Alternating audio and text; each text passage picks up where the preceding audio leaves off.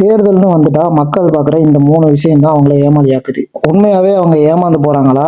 இல்ல இந்த விஷயங்கள்னால மக்களுக்கு நல்லது நடக்குதா? வாங்க பார்க்கலாம். முதல் விஷயம் இலவசங்கள்.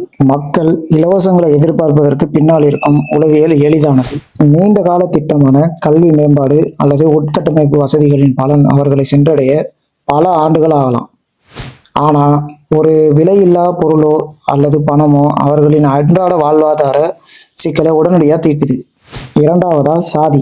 இந்திய அரசியல்ல சாதி வெறும் அடையாளம் மட்டும் இல்ல, அது ஒரு வாக்கு வங்கியா பார்க்கப்படுது. தன்னோட சாதியை சேர்ந்த ஒருத்தன் அதிகாரத்துக்கு வந்தா தங்களோட சமூகத்திற்கான உரிமைகள் மற்றும் சலுகைகளான இடஒதுக்கீடா இருக்கட்டும், சமூக பாதுகாப்பாக இருந்தாலும் எளிதில் கிடைக்கும் என்ற நம்பிக்கை மக்கள்கிட்ட இருக்கு. ஆனா அவங்க ஜெயிச்சு வந்து அந்த சமூக மக்களுக்கு மட்டும் இல்ல, யாருக்குமே எதுவுமே செய்யறது இல்லை. ஓட்டுக்கு பணம் கொடுப்பது முறைகேடா இருந்தாலும் அது ஒரு சங்கிலி தொடரா மாறிடுச்சு. மக்களோட பார்வை எப்படி இருக்குன்னா, 5 வருஷமா எங்களை தேடி வராதவங்க இப்போ கொடுக்குற இந்த பணமாச்சும் கிடைக்கட்டுமே என்கிற விரக்தியான மனநிலை பலரிடம் உள்ளது.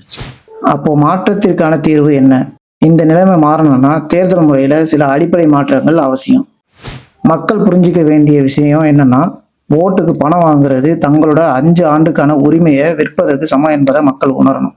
மக்கள் இந்த விஷயங்களை மட்டும் பார்க்கறாங்கன்னு சொல்றதை விட, அவர்கள் இந்த சூழ்நிலைக்கு தள்ளப்பட்டு இருக்காங்கன்றது தான் உண்மை. கொள்கை ரீதியான அரசியலும் நேர்மையான நிர்வாகம் மட்டும்தான் இந்த சக்கரத்துல இருந்து மக்களை விடுவிக்கும். இதை பத்தி நீங்க என்ன நினைக்கிறீங்கன்னு கமெண்ட்ல சொல்லுங்க. மேலும் இது போன்ற வீடியோக்களுக்கு மறக்காம நம்ம சேனலை சப்ஸ்கிரைப் பண்ணிக்கோங்க.